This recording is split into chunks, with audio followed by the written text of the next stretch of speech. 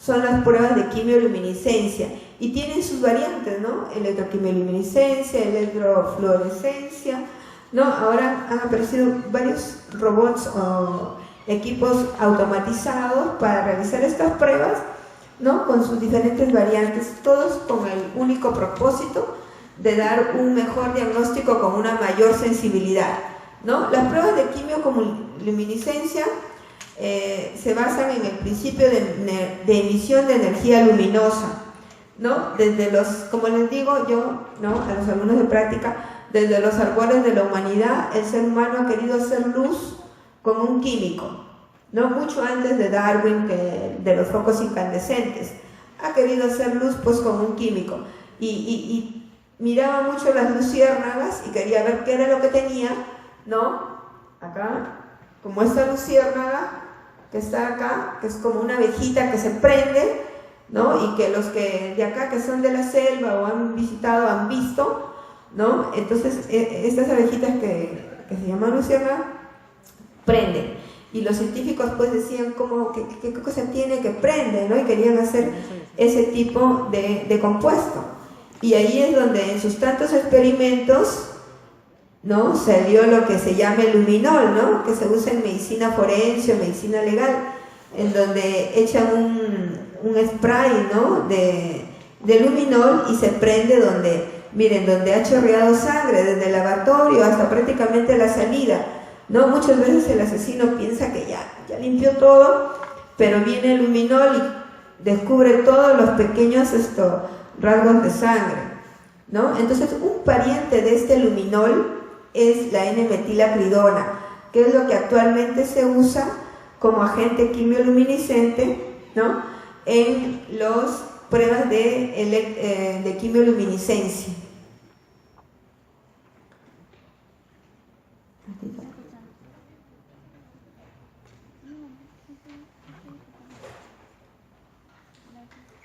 ¿Ya? Entonces, en estas pruebas se añade el reactivo, ¿no? Las micropartículas, ¿no? En donde están los antígenos, ¿no? Esta es una prueba de quimioluminiscencia, ¿no? Se le agregan los anticuerpos. El ser, miren, va a tener anticuerpos que se agregan porque son de VIH, ¿no? Y se agregan con los antígenos de VIH y los otros quedan libres. Entonces, en otra parte,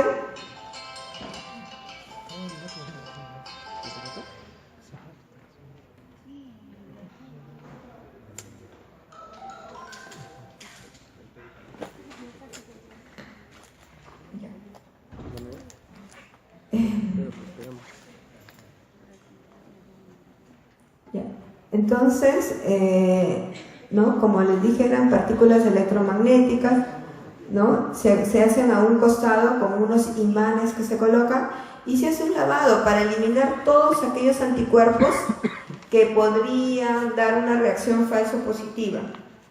Y luego, ¿no?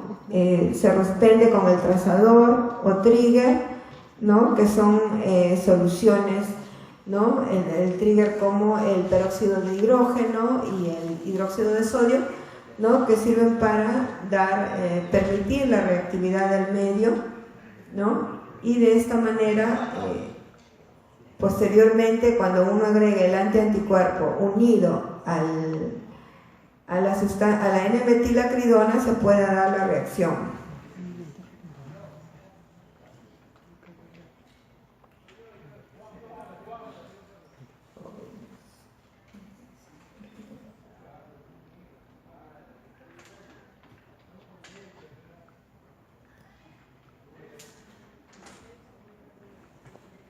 Vamos a dejar que solito lo avance para que se vea la luz que se prende cuando hay la reacción, la segunda reacción antígeno-anticuerpo con el químico, ¿no? Bien. Ahora, en estas pruebas de diagnóstico lógico que tenemos que enfrentarnos, ustedes van a ser patólogos clínicos, ¿no? Con algunos diagnósticos que no siempre van a ser los adecuados, entonces ustedes tienen que investigar, ¿no? ¿Por qué pasó esto? ¿No? Hay periodos ventana, ¿no? En los cuales no se diagnostica, ¿no? Y eso es lo que nos pasó también a nosotros como hospital. Una vez un paciente, ¿no? Se hace las pruebas, ¿no? Y después, a los 3 meses, la paciente que recibió esa unidad de sangre, ¿no? La paciente resulta infectada con VIH. Entonces, la paciente a los 3 meses se hizo las pruebas porque la iban a reoperar. Había resultado con una fístula vesical luego de la primera intervención. Entonces, como se iba a reoperar a los 3 meses, le hacen las pruebas, ¿no? Se investiga qué pasó, y la primera vez su prueba de tercera generación, así como la prueba de antígeno, que era por separado, había salido negativa completamente, ¿no? Y saliendo negativa había contagiado a una paciente, ¿no? Fue un caso bastante escandaloso, ¿no? Y cuando se hacen las investigaciones, efectivamente el donante ya actualmente, después de 3 meses, ya era ya el donante era positivo, ¿no? Y lo que pasa es que el donante probablemente no fue uno de los casos que quedó diagnosticado como periodo ventana, que él había donado cuando llegó con un periodo ventana. Y algo que también llamaba la atención fue de que en esos 3-4 meses, desde que él donó la primera vez hasta la última, él había seguido, era una persona de 30 años, bastante joven, ¿no? Y había seguido teniendo relaciones con su esposa, ¿no? Y su esposa no estaba contaminada, ¿ya? Entonces, en cambio, miren, o sea, por relaciones sexuales no había contagiado a la esposa, porque realmente el inóculo era bastante pequeño, pero sin embargo había tenido, ¿no?, posibilidad, ¿no?, en una transfusión sanguínea de pasarle a un paciente, ¿no? Esto fue un problema legal, y al final el Estado tuvo que resarcir, ¿no?, a la paciente, ¿no?, con una indemnización, ¿ya? Luego, también hay casos que podrían haberse usado pruebas que solo detecten el virus 1 y no el virus 2, cosa que ya en la actualidad ya no hay, ¿no? Ahora todas las pruebas detectan el 1 y el 2, ¿no? Salvo que sea pues un Western blot para el virus 1, tendrían que usar un Western blot para el virus 2. Un paciente terminal, ¿no?, con SIDA, o que esté en tratamiento inmunosupresor, con una neoplasia terminal, son pacientes que están muy venidos a menos, ¿no? Estos pacientes también pueden causar falsos negativos. También puede haber muestras erróneas, ¿no? O sea, se equivocaron de tubo, se equivocaron de paciente, ¿no? Entonces, esto también podría dar un falso negativo, ¿no? De repente la unidad positiva se elimina y la negativa queda, ¿no? Un error, ¿no?, que es muy difícil actualmente, porque casi los bancos de sangre cuentan con ciertas medidas de seguridad o checklist para evitar esto. Ya. Lo otro es la inactivación, ¿no?, de la muestra por calor. De repente se inactivó para hacer la prueba de BDRL a 56 grados, 30 minutos se inactivó, entonces ya no va a ser posible aquí también detectarle, ¿no?, o diagnosticarle el VIH, ¿no? Pacientes que han sido trasplantados, ¿no?, alteración de algunos linfocitos, que se le ha recambiado todo el plasma, ¿no? Yo he tenido pacientes que, 2 casos de VIH, que le hemos tenido que recambiar todo el plasma porque hicieron anemia hemolítica autoinmune, ¿no? Entonces se le recambió y se les recambió todo el plasma. O también un niño, así sea niño o adulto, que se le haya recambiado también todo el volumen sanguíneo, ¿no?, que se les haya hecho el sanguíneo transfusión, ¿no?, podría encontrarse después negativo. Pero eso no es un resultado, ¿no?, real, porque hay que analizar la clínica, hay que evaluarla, y si es estos casos, pues hay que esperar, ¿no?, 2-3 meses más hasta que el paciente desarrolle otra vez los anticuerpos, ¿no?, para hacer, o su antígeno, para ser detectado. Probablemente esa plasmaféresis fue prácticamente movilizó todos los antígenos y anticuerpos que tenía, pero eso no significa que le haya curado o sanado, ¿no? Respuestas anómalas ante el VIH, ¿no? ¿Qué pasa ahora cuando hay un falso positivo, ¿no? Un falso negativo es peligrosísimo, ¿no? Peligrosísimo. Lamentablemente nadie puede negar que existe el periodo ventana. El periodo ventana existe para todas las enfermedades prácticamente, porque las pruebas generalmente detectan anticuerpos, ¿no? Y las que detectan, ¿no?, el mismo virus, ¿no?, muchas veces podría estar indetectable. Ya, ahora bien, los falsos positivos también se dan, ¿no? Si solo la primera vez sale falso positivo, en esos casos puede tratarse de un problema técnico. De repente no se utilizó el número de lavados adecuados, la muestra fue equivocada, cargado equivocado, contaminación, porque la muestra no se dejó, ¿no?, como debía ser de 6 a 8 grados centígrados. De repente la muestra no se separó, ha estado mucho tiempo, ¿no?, a temperatura ambiente, ¿no? Depende también de la especificidad de los reactivos de primera generación que les comentaba, que ahora ya este problema ha disminuido bastante, pero todavía existe, ¿no? Temperatura incorrecta de incubación, que se ha calentado la muestra y se ha usado previamente para hacer otras pruebas, como les decía, el MDRL, donde se inactiva 30 minutos, ¿no? Ahora bien, si la reactividad solo se produjo la primera vez y se corre la muestra, siempre hay que correr una segunda vez, ¿no? Y la segunda vez se corre y no aparece nada, ¿no? Quedaría como que se hizo, ¿no?, realmente se hizo negativa, quedaría como que la primera fue un falso positivo.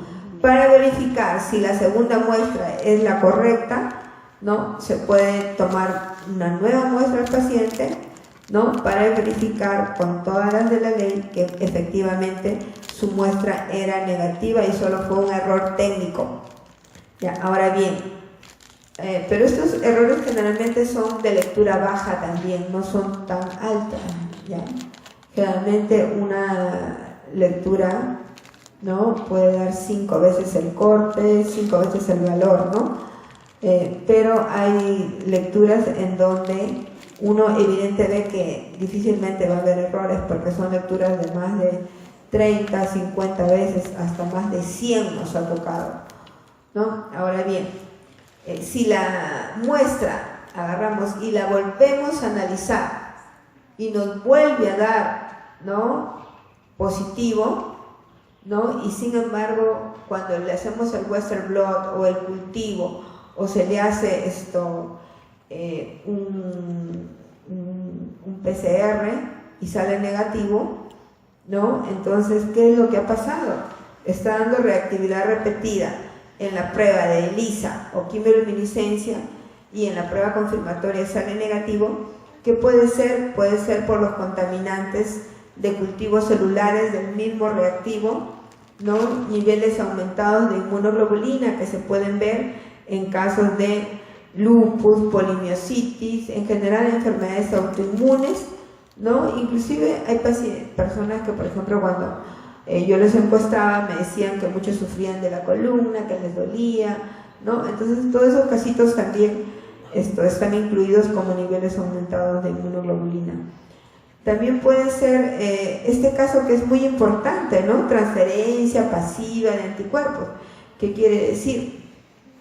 Miren, la barrera placentaria es maravillosa, porque los niños, la gran mayoría de bebés, de madres que son portadoras del VIH, salen negativos al VIH, ¿no? Pero sin embargo pueden pasar los anticuerpos, las IgG pasa, ¿ya? Entonces cuando pasan los anticuerpos nace el niño, ¿no?, y le hacen la prueba, ¿no?, va a salir positiva la prueba, Western blot, prueba de ELISA, prueba de quimioluminiscencia positiva, Western blot positivo. Sin embargo, le hacen al año y medio y el niño es negativo. Lo que pasa es que ya vamos a ver, los niños tienen otros parámetros de diagnóstico. Ya. También hay reactividad, anticuerpos, ¿no?, del sistema de histocompatibilidad, o sea, a los antígenos leucocitarios humanos, los DQ3 y los de R4. ¿Ya? Entonces, nos pasó esto con una odontóloga. Era una odontóloga que no sabía, imagínense, pues la chica se habrá puesto, pero no, nerviosísima porque sale positiva, vuelve a salir positiva. Entonces analizamos su caso, ¿no? Podríamos pensar que ella estaba expuesta al riesgo por ser personal, ¿no?, hospitalario, pero sin embargo el valor era muy bajo. Entonces se le pide las pruebas de Western blot, PCR y cultivo, y en el resto de pruebas era negativa, a pesar de que le salía en la prueba, ¿no?, de ELISA. También pueden darse dependientes de la integridad de la muestra, ¿no?, muestras que están muy lipémicas, ¿no? Normalmente si es un grado leve, no va a haber problemas. Sin embargo, si la muestra está muy lipémica, puede enmascarar una turbidez propia de la contaminación de ese suero plasma, ¿no? También la hemólisis, ¿no?, la misma contaminación, ¿no? Congelar y descongelar las muestras repetidamente, ¿no? Almacenar a temperaturas que no sean las adecuadas, y también aquellos sueros que ya les comenté, ¿no?, que han pasado por la prueba de BDRL y se ha inactivado el complemento, ¿no?, calentándose a 60 grados media hora, ¿no? A 56 grados, 60 grados se congela en estos casos, se calienta, y esto puede dar una inactivación de la prueba también, ¿no? Entonces, otros casos, por ejemplo, son enfermedades infecciosas, ¿no?, que dan reacciones cruzadas con las pruebas, como endocarditis, las mismas enfermedades autoinmunes o del tejido conectivo, ¿no? Enfermedades, ¿no?, por ejemplo, multitransfundidos, ¿no? También aquellos que han recibido vacunas, ¿no?, recientemente de la gripe o de la hepatitis, ¿ya? ¿No? Con las pruebas de primera generación hubo cifras muy altas de falsa positividad, ¿no? Cosa que ya actualmente la especificidad de las pruebas es muy buena y difícilmente hay este problema. Pero en aquel tiempo daban reactividad, sobre todo con multitransfundidos, ¿no?, hemofílicos, pacientes de hemodiálisis, ¿no? Para comentarles esto, por ejemplo, los hemofílicos usaban ¿no?, factor 8 y muchos, o sea, el crío precipitado, y muchos inclusive usaron un factor 8 que fue traído de Brasil en aquella oportunidad, ¿no? Pero esto fue antes de los años 90, ¿no?, en el año 89 más o menos, pero en aquella vez casi un buen bloque de las personas que estaban dentro de la sociedad, ¿no?, de hemofilia, ¿no?, fallecieron por esta infección, porque todavía no se hacían las pruebas. Por ejemplo, se trajo factor 8 humano, ¿no? Ahora felizmente que ya el factor 8 es de tipo recombinante, o sea, ya es también sintético, o se puede decir, sino que los recombinantes no entran a esa categoría en sí total, pero son factor 8 que ya no son de origen humano, ¿ya? Y esa es la ventaja, porque ya no contagian, ya no contaminan, pero en aquella oportunidad, ¿no?, casi todo el bloque de personas que recibió esto fue infectado, y fue infectado por un factor 8 que trajeron del extranjero, ¿no?, ni siquiera por el uso del crío precipitado, ¿no? Esta es otra prueba confirmatoria bastante parecida al Western blot, ahorita lo vamos a ver, ¿no? La detección del antígeno P24, ¿no? A diferencia de, en el otro caso de la ELISA para detección de anticuerpos, aquí lo que se pega al pozo son anticuerpos, ¿no? Luego, si el paciente tiene antígeno P24, va a quedar enganchado a este nivel, ¿no? Y, ¿no?, se crea anticuerpos para, ¿no?, hacer un sándwich, como dicen, ¿no? Un sándwich. La prueba de Western blot es realmente una prueba de ELISA. Miren, acá está, es una prueba de ELISA. Sino que, a diferencia de que en la prueba de ELISA usamos un micropozo, ¿no? Un micropozo prácticamente redondito, como ustedes han visto, redondito.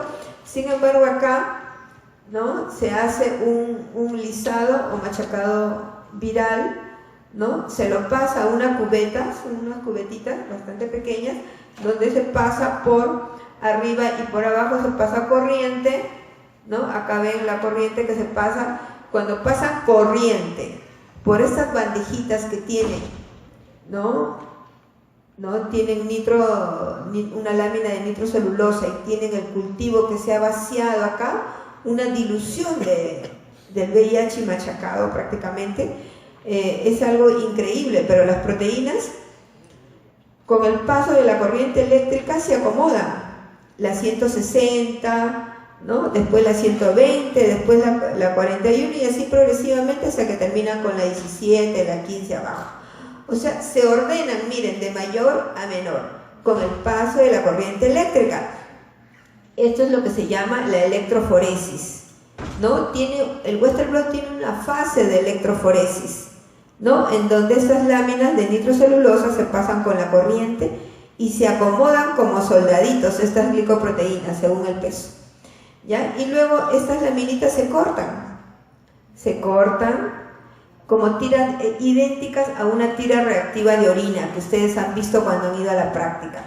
Cuando se cortan, ya estas tienen, ¿no?, ahí las glicoproteínas de la envoltura, del core, de la polimerasa, prácticamente las glicoproteínas y proteínas. Entonces, esta tira reactiva como de orina, es como una reactiva de orina, se pone en una bandejita. Ya no va a ser una bandeja, ¿no?, de 3 milímetros, va a ser una bandeja de 10 centímetros, ¿no? En esa bandejita, que es como esos estuches de Tecnopor donde vienen los hot dog, ¿no? Ahí, como en 5, idéntico a esos estuches donde vienen los hot dog, ¿no?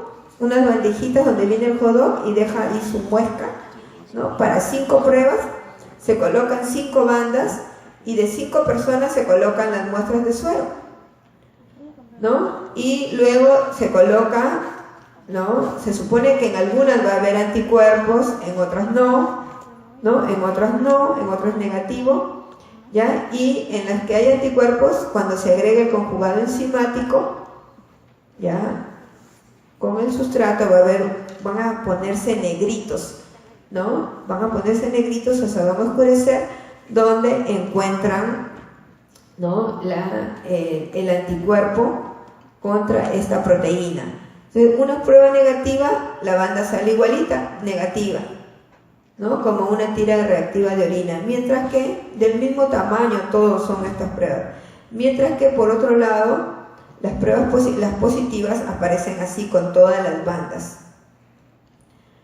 En las pruebas de inmunofluorescencia, como ya les conté, ¿no?, aquí hay un cultivo de linfocitos en una lámina.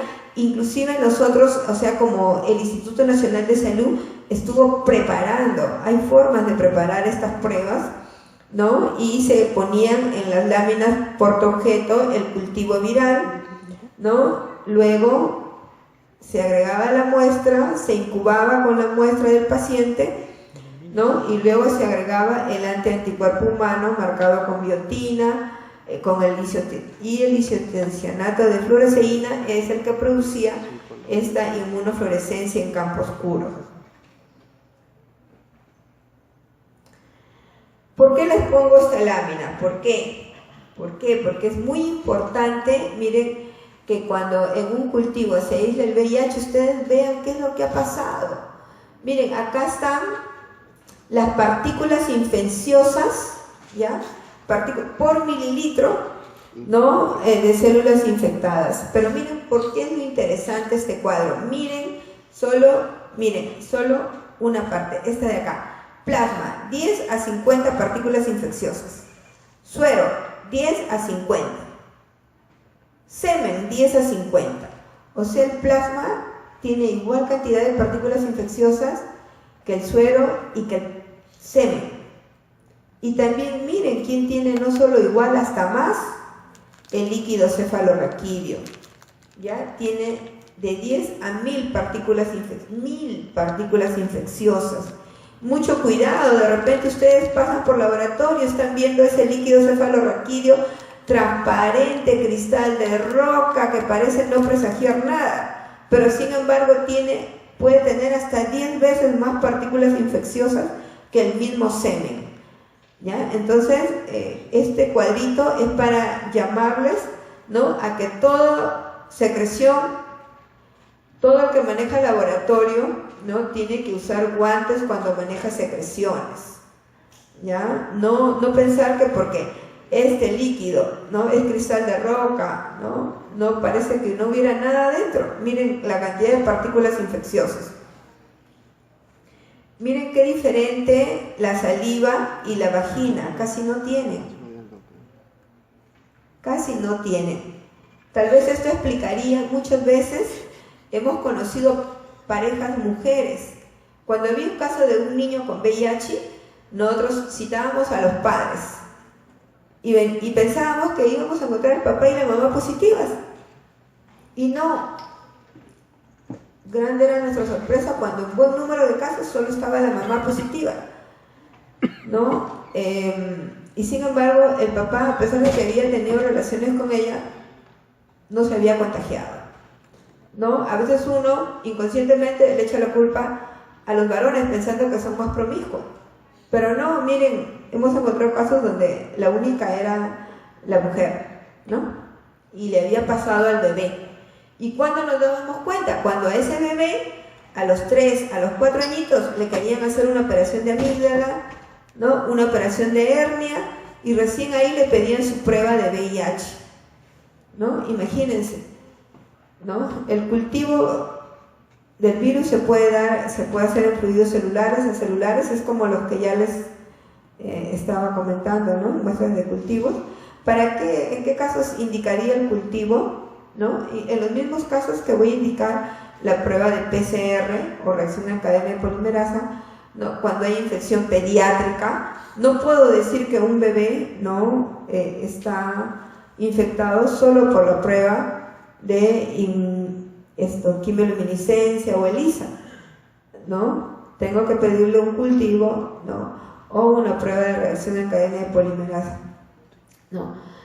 Cuando hay infecciones silentes o variabilidad genética, estudios de epidemiología molecular, sensibilidad a antivirales, ¿no?, para ver si no hay resistencia. Ya. Las pruebas que se hacen en lo que es banco de sangre, ¿no?, son pruebas automatizadas, ¿no? Y en banco de sangre se hace ELISA y quimioluminiscencia. Como ya les comentaba, las pruebas que determinan, ¿no?, el virus por biología molecular, ¿no?, son las pruebas de ácidos nucleicos, ¿no?, tecnología de ácidos nucleicos, ¿no?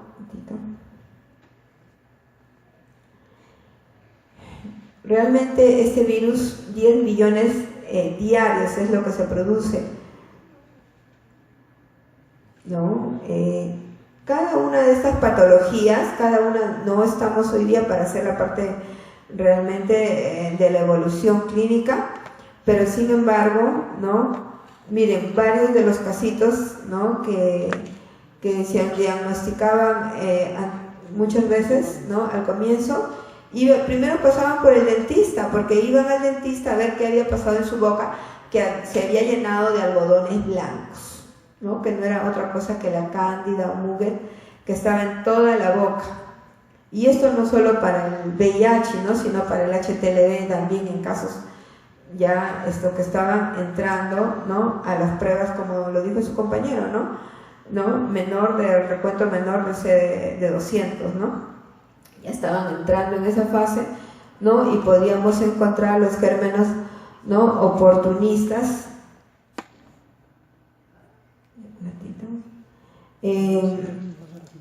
Estos linfocitos que su compañero habló, el CD4, miren, actualmente tienen un valor tremendo, porque si el paciente tiene CD4 menos de 200, ya implica que se le va a dar una profilaxis de 4-himoxazol y dapsona para, ¿no?, el neumocistis, ¿ya? Si tiene menos de 100, profilaxis para el toxoplasma igualito. Realmente acá se cubren los dos con este mismo tipo de profilaxis, ¿ya? Y si tiene menos de 50, ¿no?, hay que hacer una profilaxis o una prevención para el complejo Mycobacterium avium con acitromicina y claritromicina, ¿no? Son diferentes protocolos con los que se cuentan en la actualidad, ¿no? Y el recuento de células CD4, ¿no?, como su compañero explicó, la subpoblación de linfocitos CD4, ¿no?, va a evaluar el estado inmunológico del paciente, ¿no? Es un marcador indirecto, ¿no?, de que la persona ya está o puede estar entrando en cada fase según va pasando, ¿no?, sobre todo la última fase terminal, ¿no? Y la carga viral, ¿no?, evalúa o mide la cantidad de ARN del virus circulante en sangre, ¿no? Mientras que uno evalúa el estado inmunológico, porque es el recuento de linfocitos, el otro va a evaluar, ¿no?, la cantidad de ARN del virus, ¿no? Se expresa en copias de ARN del virus por mililitro de plasma. Es un marcador directo, ¿no? Nosotros hemos tenido un equipo, ¿no?, de estos de biología molecular, en los cuales decía, esta prueba actualmente la están haciendo, ¿no?, en sitios como el Instituto Nacional de Salud. Por ejemplo, en mi hospital, ¿no?, cada semana se reúnen los pacientes que están distribuidos, ¿no?, en el mes, o cada 3 meses más o menos, ¿no?, están distribuidos los pacientes, y generalmente por semana enviamos unas 50 muestras. Esto es para que ustedes vean estadísticamente cómo ha aumentado. Antes eran 20, 30, ahora no bajan de 50 que enviamos por semana, y esto que están todos los pacientes están distribuidos, ¿no? Esta carga viral, ¿no?, correlaciona directamente con el tiempo de progresión a VIH, a SIDA y de supervivencia del paciente con VIH, ¿no? ¿no? Miren, a más, ¿no?, la carga viral, ¿no?, acá está llena.